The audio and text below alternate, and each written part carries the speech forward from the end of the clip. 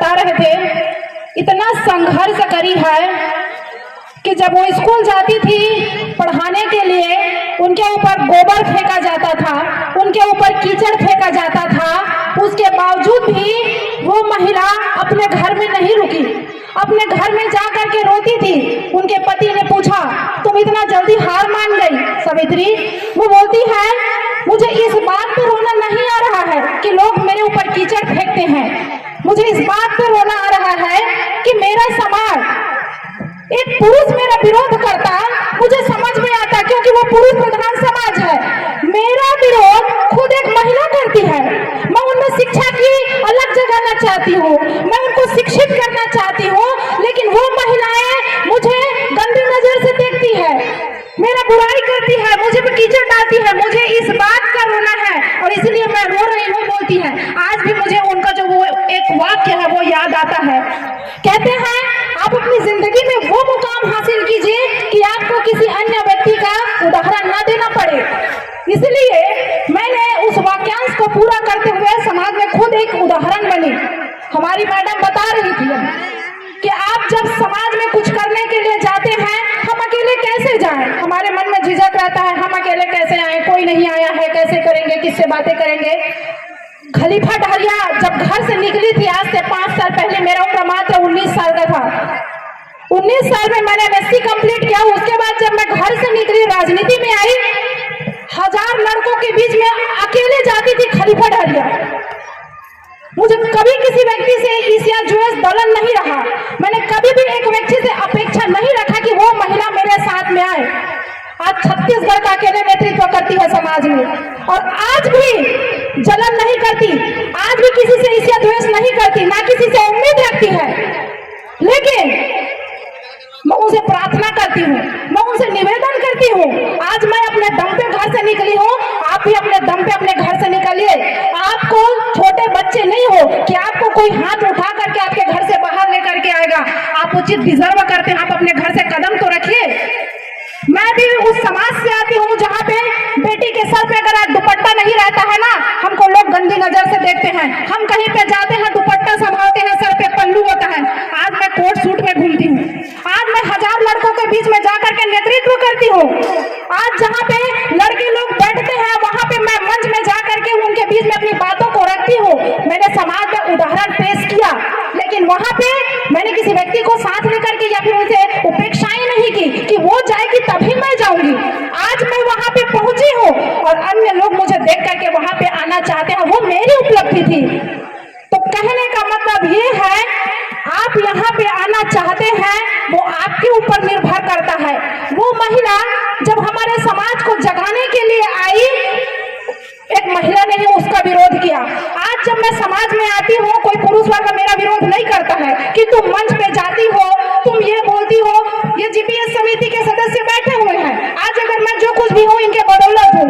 इन्होंने हर मंच पे मुझे प्रमोट किया, हर क्षेत्र पे, चाहे वो आर्थिक क्षेत्र में हो, चाहे सामाजिक में हो, चाहे राजनीति में हो, तुम मुझे डिजर्व करती हो।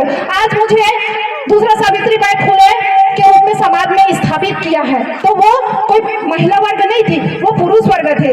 लेकिन आज भी अगर मेरे चरित्र पे कोई बात करता है, अगर आज भी मेरे के ऊपर कोई दुविधावश बात करता है, वो सिर्फ महिलाएं होती है। आपको बताने का मेरा सारांश ये है कि हमको यहाँ तक लाने पे पुरुष वर्ग ने किसी भी प्रकार का रोक टोक नहीं किया है, या फिर ऐसा नहीं कह सकते कि एक सिक्का का 2 पहलू होता है। हालांकि कुछ व्यवस्थाएं थी जिसके वजह से हमको पीछे हटने पड़ा, लेकिन हमारे समाज में सती प्रथा खत्म करने वाले कौन थे? बाल विवाह प्रथा खत्म करने वाले कौन थे? जमींदारी प्रथा खत्म करने वाले कौन थे? ये पुरुष प्रधान देश था। लेकिन इन सब चीजों को लागू करने वाले कौन थे? खुद महिला थे। आज जब एक महिला शादी करके आती है घर में, उसका पति, उसका ससुर उसको बदनाम नहीं करता है, वो लड़ाई नहीं करता है, उसकी सास लड़ाई करती है, उसकी ननंद लड़ाई करती है, उसकी देवरानी लड़ाई करती है, वो है तो महिला ही ना। कहने का मतलब ये है मेरे माता व बहनों, हमने अपने अस्तित्व को नहीं समझा। हम एक स्त्री को ही अपना सबसे बड़ा दुश्मन समझते हैं। हमने कभी ये चीजें नहीं समझा कि मैं एक स्त्री हूँ तो मेरी सबसे अच्छी जो सहेली होगी वो सिर्फ एक स्त्री ही हो सकती है। एक स्त्री हमेशा एक स्त्री को अपना दुश्मन ही समझते आई है। और यही कारण है कि हम पे जो प्रथाएं लादी गई थी वो हमारे राजी खुशी से लादी गई थी, कोई जबरदस्ती हम पे नहीं लादा गया था। आज जब हम अपने घर से, मैडम अभी अपने घर से बाहर निकल के आई है ना, वो उस चीज से स्वतंत्रता से उस चीज को घर से लांग करके आई है। अगर वो खुद अपने घर में सिकुड़ करके बैठ जाती, नहीं जाता, मैं नहीं जाती, मेरे को अच्छा नहीं लगता मंच पे बैठना, हम नहीं निकल पाते। लेकिन हमने उस बेड़ियों को तोड़ने का हिम्मत दिखाया, तब जा करके आज हम यहाँ पे बैठे हुए हैं। मैं 2-3 मंच अटेंड की हूँ जहाँ पे मैं हमेशा जांगड़ी मैम को देखती हूँ और उनको देखती हूँ मुझमें एक एनर्जी आता है। उसका एग्जाम्पल भी मैं देती हूँ। एक समाज, जब हमारे समाज के ऊपर बोलते थे कि हम एक यहाँ तक किराना स्टोर भी खोल लेते हैं ना, लोग हमारे समाज से सामान खरीदना पसंद नहीं करते। लेकिन हमारे कवर्धा क्षेत्र में जब मैडम ने हॉस्पिटल खोला, आज मैं लिख के दे सकती हूँ, रायपुर से जो महिलाएं होती हैं वो रायपुर से भी उनके पास में इलाज कराने के लिए आती है। मैं खुद बिलासपुर में रहती हूँ, मेरे पड़ोस में बोलती हैं आपके क्षेत्र में जो जांगड़ी मैडम है ना सबसे बेस्ट डॉक्टर है, उनके जैसे मैंने आज तक नहीं देखा। वो हमारे समाज की महिला है, उन्होंने उस चीज को करके दिखाया है। अगर वो भी सोचती अरे मैं भले डॉक्टर बन गई, मैं किसी पे अच्छे सरकारी हॉस्पिटल में नौकरी कर लेती हूँ, हमारे वैसे भी हमारे कास्ट के लोगों के पास तो कोई इलाज करवाने के लिए आता, आज छत्तीसगढ़ में उनका नाम नहीं होता। लेकिन उन्होंने जो चीजें होता है ना कि जो चीजें हम नहीं कर सकते, उन चीजों को उन्होंने करके दिखाया, इसलिए मैं उनका हमेशा सम्मान करती हूँ। और वो मुझमें एक मैं आइडल के रूप में उनको देखती हूँ कि जो चीजें इम्पॉसिबल होता है उन्होंने पॉसिबल करके दिखाया। आप अपना बेस्ट दीजिए ना, कौन समाज आपको सम्मान नहीं करेगा। आज मेरे को आदिवासी सम्मान करता है, आज मेरे को एससी समाज सम्मान करता है, आज मेरे को ये ब्राह्मण वर्ग भी सम्मान करता है।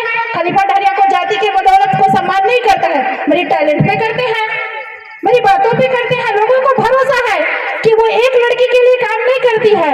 अगर एक ब्राह्मण वर्ग की भी बेटी है ना, वो सबसे पहले नारी जाति से आती है, उसके बाद वो ब्राह्मण की बेटी है, तो मैं उस नारी के लिए लड़ती हूँ, इसलिए मेरी बातों पे यकीन करते हैं। तो उसी तरीके से मैम ने जो चीजें करके दिखाया है, वाकई में मुझे प्राउड फील होता है, उनको मैं देखती हूँ। तो आप लोग भी, मेरे समाज की जो माताएं बहनें हैं, आप ये मत सोचिए कि हम लोग ये चीज नहीं कर सकते, ये चीज इम्पॉसिबल है हमारे लिए, है हम इस जाति से आते हैं। आप अपना बेस्ट दीजिए ना, हर कोई आपको स्वीकार करेगा।